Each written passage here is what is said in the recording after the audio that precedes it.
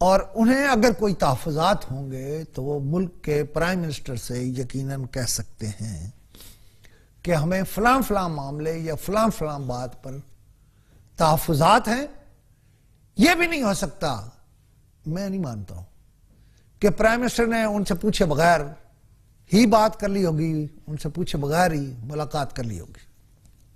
بہرحال ناظرین، آپ کو یہ تو معلوم ہے کہ یہاں سے ساڑی گئی تھی، بلکہ پہلے ساڑی آئی تھی پھر ساڑی گئی تھی، اب شاید زیادہ ساڑیاں آئی ہوں گی. اور جو میڈیا کا ایجنڈا ہے وہ بھی چند دنوں میں سامنے آ جائے گا.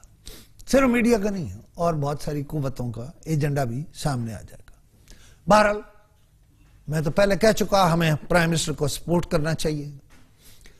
جناب مودی نے دراصل یہ ایک ایڈونچر کیا ہے اور ایک عذاب کو دعوت دی ہے. کانگریس تو انہیں کہہ رہی ہے کہ آپ نے پاکستان کا دورہ کیا ہے، آپ کا رویہ غیر ذمہ دارانہ ہے. اور اب اندرا گاندھی کا پوتا کہنے کو اور کوئی بات نہیں تو کہہ رہا ہے کہ میری دادی نے پاکستان 2 لخت کر دیا تھا. نظر یہ آتا تھا کہ یہ بی جے پی والے بہت انتہا پسند ہیں، لیکن اب پتا چلا کہ کانگریس بظاہر سافٹ اور اندر سے پاکستان کی اصل دشمن جماعت ہے بھارت میں. اور مودی کے اس دورے سے ایک اور بات کھل کر سامنے آ گئی ہے کہ مودی انڈیا کی سرکاری مشینری پر انحصار نہیں کر رہے. بھارتی حکومت میں، بھارتی مشینری میں اور مودی میں ایک ڈسکنیکٹ موجود ہے. لیکن مجھے اپنے ناظرین کو یاد دلانا ہے کہ ایل کے اڈوانی جب پاکستان آئے تو وہ مزار قائد پر تشریف لے گئے. حالانکہ قائد اعظم کے قاتلوں میں ایل کے اڈوانی کا نام بھی کہیں موجود ہے، لیکن وہی اڈوانی پاکستان آتے ہیں، کراچی جاتے ہیں، قائد اعظم کے مزار پہ تشریف لے جاتے ہیں اور وہاں قائد اعظم کی عظمت کے بارے میں وہ لکھتے ہیں جس پہ انڈیا اور انڈینز برا منا جاتے ہیں. ابھی مودی کے ساتھ بھی یہی ہوگا. اچھا ہوا کہ ہم نے ساڑیوں اور تحائف کی شکل میں ایک دوسرے کے بزرگوں کی عزت کی، اپنائیت کا مظاہرہ کیا. لیکن یہ سوال بھی تو اپنی جگہ ہے کہ ہمارا پانی کا بہت بڑا ایشو ہے انڈیا کے ساتھ. سوال یہ ہے کہ اس پہ کیا ڈیولپمنٹ ہوئی، بات ہوئی. مجھے یقین ہے باتیں کھل جائیں گی، آ جائیں گی 2-4 دنوں میں. اور بعض لوگ کہتے ہیں یوں لگتا ہے سارے کام میں شفافیت نہیں ہے.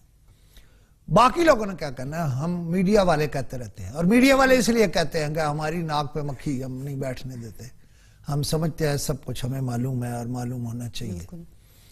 لیکن دونوں لیڈروں نے فیصلہ کیا کہ وہ اعتماد میں نہیں لیں گے ہمیں. اب شاید لے لیں. یہ جو بات نہیں کھلی اور اتنی بڑی ڈیولپمنٹ ہو گئی، میں سمجھتا ہوں بات نہ کھلنا ہی اچھی بات تھی. ہماری ناکامی میں یہ خوشخبری پنہاں ہے کہ یہ ملاقات ہو گئی، بات ہو گئی، اور مجھے یقین ہے کہ یہ ساری بات جناب chief of army staff general Raheel Sharif, I S I کے جنرل صاحب اور ایم آئی کے جنرل صاحب اور وہ ادارے جن کے علم میں ہونا چاہیے ان کے علم میں ہوگی. اور اگر نہیں تھی تو کوئی مذاکرہ نہیں. مجھے یقین ہے پرائم منسٹر اور آرمی چیف جب آپس میں بات کریں گے تو ایک دوسرے کو اعتماد میں لیں گے. اور اگرچہ کانگریس نے ٹانٹ کرتے ہوئے کہ مودی کا دورہ پہلے سے طے شدہ تھا، میں سمجھتا ہوں ان کی جو ٹانٹ ہے وہ ایک حقیقت ہے. کہیں ایسے تو نہیں کہ میں بولے جا رہا ہوں اور آپ کر جائیں. اچھا بریک لینا چاہتی ہوں سر. لیجیے. بریک لیتے ہیں. بریک کے بعد جب واپس آئیں گے تو ڈسکشن کے سلسلے کو یہیں سے کنٹینیو کریں گے. آپ ساتھ رہیے. پاک میں ایک بار پھر سے آپ کو خوش آمدید کہیں گے. خوشنو صاحب, آپ ذکر کریں نریندر مودی کے دورے کے حوالے سے, اس سرپرائز ملاقات کے بعد پاکستان اور بھارت کے تعلقات کو کس طرح سے آپ دیکھ رہے ہیں؟ دیکھیے, ابھی جب وقفہ ہوا تو مجھے ایک صاحب نے, میں نے کال سن لی غلطی سے, انہوں نے مجھے کہا کہ خوشنو صاحب آپ بالکل ٹھیک کہہ رہے ہیں, پہلے سے طے تھا, وہ شادی میں آئے تھے. اور اچھا ٹھیک ہے, آل رائٹ, ہوگی شادی. لیکن ایک بڑی زبردست بات کہی انہوں نے کہ دیکھیں اگر وہ اس لیے نہیں آئے تو وہ اس بچی کے لیے ساڑی کیسے. میں نے کہا آپ کو کیسے معلوم ہوا؟ کہتے ہیں میڈیا کہہ رہا ہے کہ بچی کے لیے ساڑی لایا. میں نے کہا کون سا میڈیا کہہ رہا ہے؟ کہاں دیکھا آپ نے؟ اعزاز چودھری نے کوئی اعلان کیا ہے؟ وہ اگر کبھی نواز شریف نے ذکر کیا ہوگا کہ میری نواسی ہے یا نواسے ہیں تو ممکن ہے ان کے لیے اس طور پر لائیں. دیکھیے ہم ہر وقت اس نیت سے بیٹھے ہوتے ہیں کہ اچھا کوئی تباہی, بربادی, فساد, ظلم, اس کی کوئی خاص طور پر میرے سننے والے کو میں ایک پازیٹیو بات کروں, وہ کوئی کسی کو اچھا ہی نہیں لگتا. کہتے ذرا آج پروگرام جو ہے ماٹا تھا تھوڑا. دیکھیے بعض چیزیں ایسی ہیں جن میں ذرا بہت, میں وہ خوشنود علی خان ہوں جس پر انڈیا میں سب سے زیادہ پاکستان کا آرمی چیف بھی جا سکتا تھا, ڈی جی آئی صاحب بھی جا سکتا تھا, میں نہیں جا سکتا تھا. تو کوئی یعنی میں وہ نہیں ہوں جس کو جو بھارت کے ساتھ مکا کا سوچتا ہے, لیکن کہیں تو بات ہونی چاہیے. بالکل. آپ کے گھر میں کبھی کوئی لاش آئی ہے؟ مقبوضہ کشمیر کی جو کنٹرول لائن پہ شہادتیں ہوتی ہیں, میں اس علاقے کا رہنے والا ہوں جس میں شہادتیں آتی رہتی ہیں, شہادتیں ہوتی رہتی ہیں اور لاشیں آتی رہتی ہیں, سیاچین سے بھی آتی رہتی ہیں, کنٹرول لائن سے بھی آتی رہتی ہیں. تو کوئی رستہ اگر نکلتا ہے, کون سا جرنیل ہے جو چاہتا ہے ہر صورت جنگ کے ساتھ ہی حساب کتاب ہو؟ ایسا نہیں چاہتا. اچھا بہرحال میں نے پہلے کہا تھا کہ روس بہت سارا کام جو ہے مجھے لگتا ہے اس کا, اور اس میں کہیں شنگھائی تعاون والی کانفرنس کا حصہ بھی ہے. چین جو ہے وہ دیکھیں کشمیر کا رستے وہ بھی بھارت تک پہنچ رہا, یا ہماری لڑائی ہوگی تو اس نے کیا کرنا, اقتصادی راہداری نے کیا کرنا. ہمارا تو ایک چھوٹا سا حصہ ہوگا راہداری لینے والے. پرانے زمانے کہتے ہیں چنگی دیتی ہے کہ نہیں, وہ چنگی لینے والے ہیں ہم. ہمارا پتہ نہیں کیا, ہم کو بہت زیادہ ہی آسمان پہ چڑھا لیا اقتصادی راہداری کو بھارت کے لیے. اصل میں یہ سچ ہے, میں یہ سمجھتا ہوں بھارت کے لیے. بہرحال پارٹیاں شور کریں گی مودی صاحب کی, اور اگر وہ شور کریں گی تو ایک بات کا مجھے یقین ہے کہ مودی کا ووٹ بینک بڑھ جائے گا. ایک سوال اور ہے, یہ مجھے کہا لوگوں نے فون کر کے کہ کرکٹ تو ہو نہیں رہی, پھر کام ٹھیک ہونا ہے. کرکٹ پہلے اپنے ملک میں تو ٹھیک کر لو. عامر کو رکھنے کے لیے شہریار نے پوری ٹیم کو دبایا ہوا, پوری ٹیم کو, جواریے کو, جواریہ عامر, جواریے کو آپ کیوں گھسڑنا چاہتے ہیں ٹیم میں؟ شہریار صاحب حصہ ہے, میں بتاؤں ساری کہانی, سب جواریوں کو لے آئے ہو. ہائی کورٹ نے جنہیں سزا دے رکھی ہے, میں نے ایک نام لیا تھا وسیم اکرم. مسٹر شہریار, ہائی کورٹ کا فیصلہ منگاؤ جسٹس قیوم کا, دیکھو اور کون کون جواریہ ہے. آپ لوگوں نے اس ملک کی بیڑیوں میں پنجابی میں کہتا ہے وٹے ڈال دیے, وٹے. آپ مل کر کھیلیں گے. میں نے اس دن پوچھا تھا, جواب دو مجھے, 40 کروڑ کون لے کر آیا بھارت سے؟ میں نام بتاؤں گا تو تکلیف ہوگی, پھر کہو کہ چیختا ہے. مسٹر شہریار, تیرا بھوپال میں کچھ رکھا, ہمارا نہیں رکھا. ہمیں پاکستان کی عزت اچھی لگتی ہے. جوئے کی اجازت کہیں آپ کے مذہب میں کہاں سے آئی ہے؟ عجیب آدمی ہو, پالیسی اپنا لی, آہستہ آہستہ بولنا ہے, سب ٹھیک ہوگی, کوئی ٹھیک نہیں ہوا. کوئی بات ماننے کو تیار نہیں ہے شہریار تیری. قوم میں جن لوگوں کو اصل بات پتا ہے, سزا یافتہ جواریہ جواریہ جواریہ.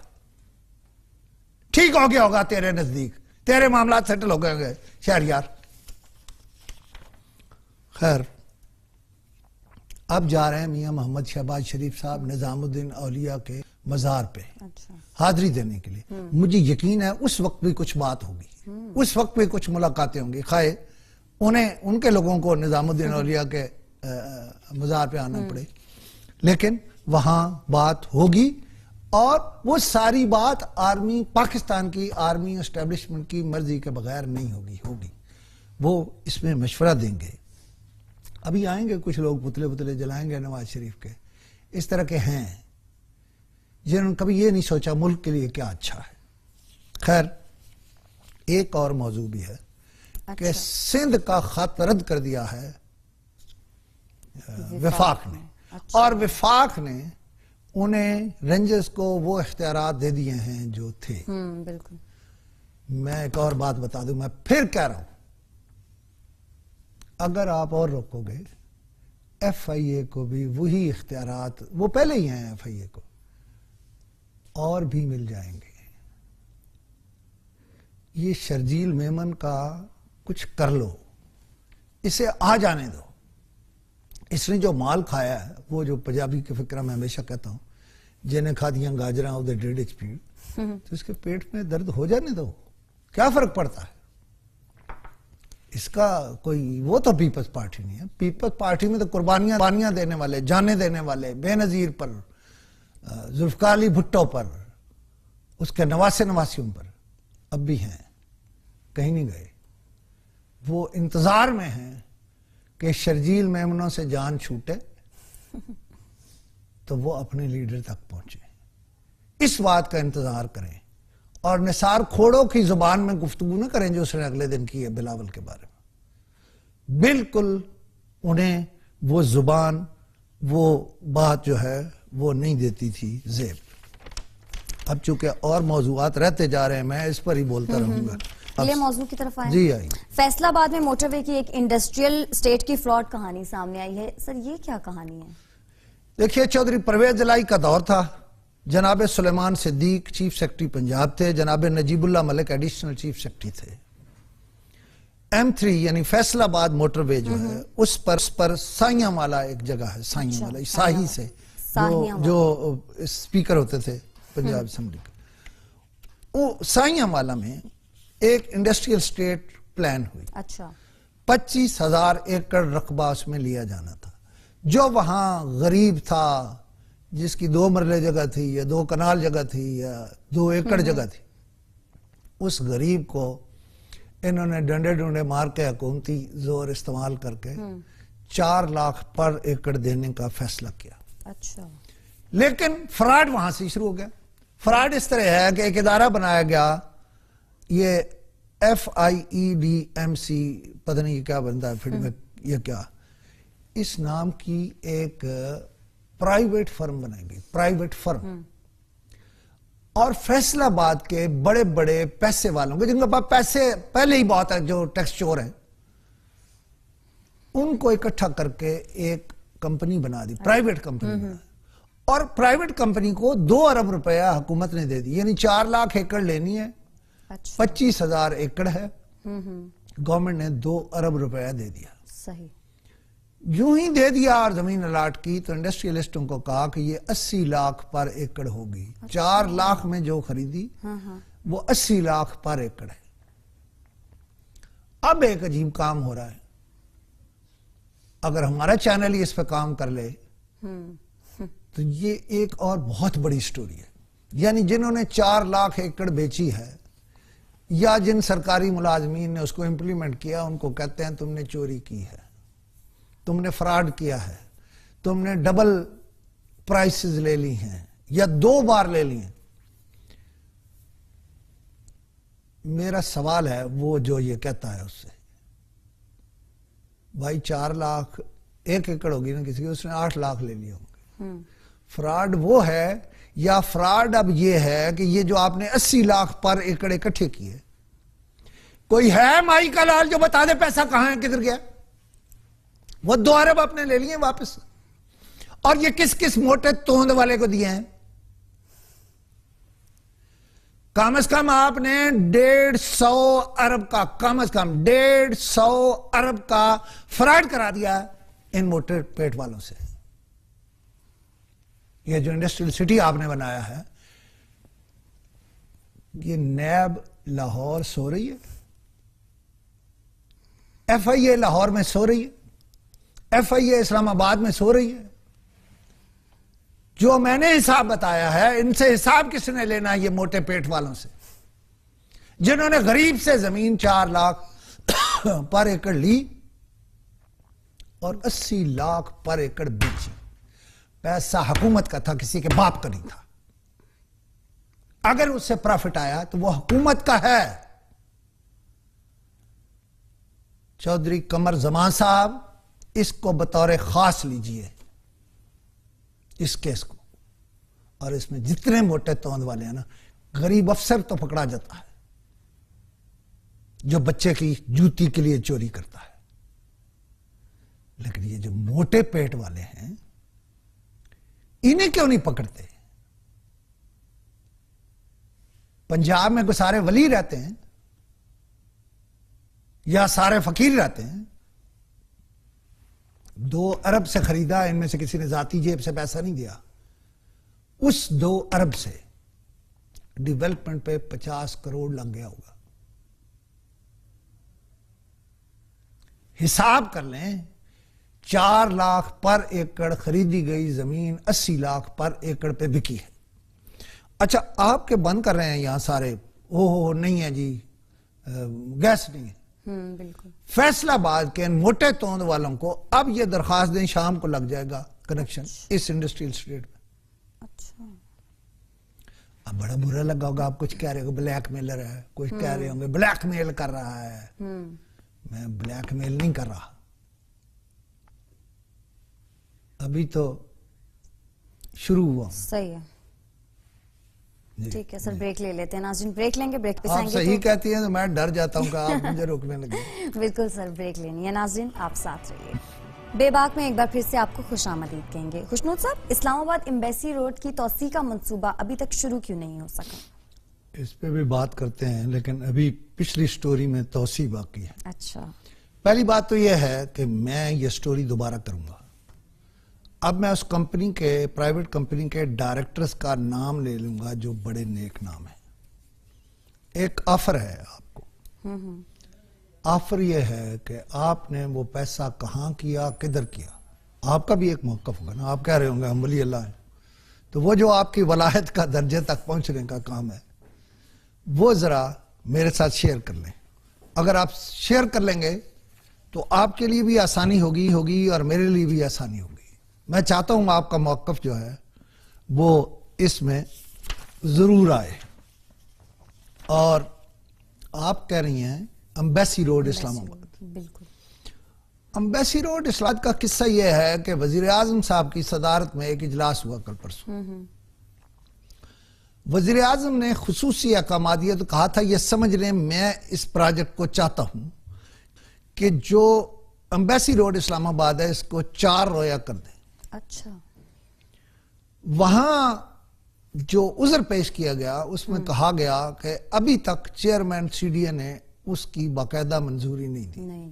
صحیح. وزیر اعظم وہاں بھی دے سکتے تھے چیئرمین CDA, لیکن ایک ٹیکنیکل بات بتا دوں کہ اس کی جو ٹیکنیکل کمیٹی ہے اس پروجیکٹ کے لیے, اس کی صدارت بھی یا اس کے سربراہ بھی خود جناب چیئرمین CDA معروف افضل ہے. معروف افضل صاحب نے اس کمیٹی کی سربراہی کی ہے اور اس کی منظوری دی ہے, تو وہیں دوسری فائل منگوا کے بھی اس پہ دستخط کر دیتے ہیں.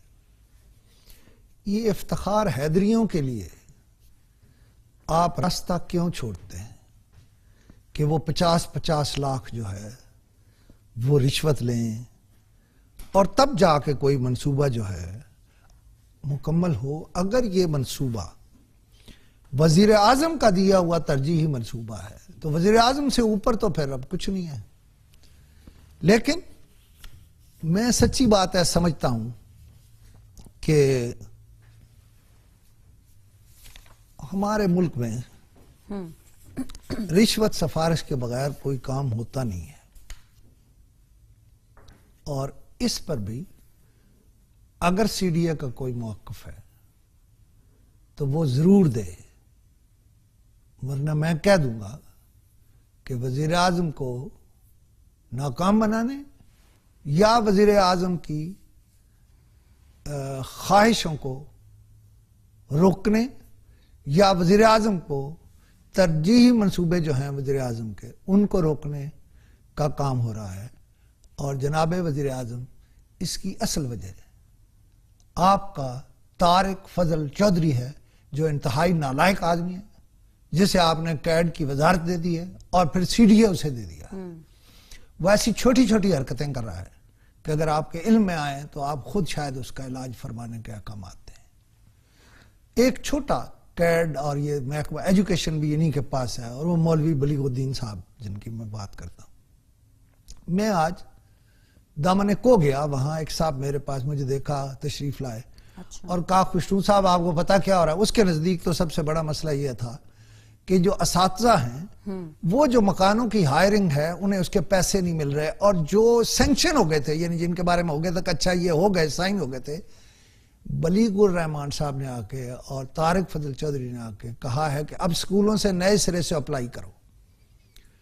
وہ کہتے ہیں وہاں بھی کئی مولوی صاحب بیٹھے ہیں جو جینوئن کام بھی نہیں کرتے. تو پرائم منسٹر اس سے بلا کر کان کھینچیں ان دونوں حضرات کو اور ان سے کہیں کہ لوگوں کو خاص طور پر ٹیچرز کو, خاص طور پر فیمیل ٹیچرز کو تنگ نہ کریں. تنگ کرنا تو مقصد نہیں ہے, بنیادی بات یہ ہے کہ میرٹ ہونا چاہیے اور ٹھیک ہونا چاہیے. جی صحیح. خوشنو صاحب, پاکستان تحریک انصاف کے حوالے سے اگر بات کریں تو کوئی رہنما ایسے بھی ہیں جو پی ٹی آئی سے فانے والے ہیں؟ ہاں, وہ بھی آگے جا کے بات کرتا ہوں, لیکن اصل موضوع ہے جس پہ کل مجھے بات کرنی چاہیے تھی. دیکھیں, عمران خان نے پروٹوکول اپنے صوبے میں کہا کسی کے لیے سڑک بند نہیں کرائیں گے. آپ نہیں بند کرائیں گے, یہاں سے فورس لے جائیں گے, کھڑی کر دیں گے, بند کر دیں گے. لیکن عمران خان آپ نے بہت ہی خوبصورت بات کی ہے. بالکل ایسی بات کی ہے جس نے لوگوں کے دل مول لیے ہیں. لوگ جو چاہتے تھے وہ آپ نے کہہ دیا. دیکھیے, آپ نے بڑی خوبصورت بات کہی ہے کہ جو ڈرتا ہے وہ گھر سے نہ نکلے. جناب عمران خان یہ سارے ڈرنے والے ہیں, انہیں نہیں پتا کہ موت جو ہے وہ زندگی کی حفاظت کرتی ہے, اور ان کا یہ یقین اور ایمان نہیں ہے کہ جو رات قبر میں ہے وہ باہر نہیں ہے. بہرحال آپ نے جو کرنا تھا عمران خان صاحب, میں بہت خوش ہوں, آپ نے وہ کر دیا. اور یہ جو اعلان ہے نا آپ کا, اس پر ایک مصرع صرف کہ یہ رتبہ بلند ملا جس کو مل گیا, اللہ نے آپ کے مقدر میں لکھا تھا. اب ویسے پروٹوکول لینے والوں کے لیے بڑا مسئلہ ہے. لوگ دور سے, پتہ نہیں مجھے یہ لفظ استعمال کرنا چاہیے یا نہیں کرنا چاہیے, لیکن حقیقت یہی ہے کہ لوگ گالیاں دیتے ہیں جو بندہ سڑک بند کرا دیتا ہے یا جس کے لیے سڑک بند ہو جاتی ہے. تو ٹھیک ہے, آپ نے کہہ دیا. اب شاید بہت ساروں کو آپ کی نقل کرنی پڑے گی.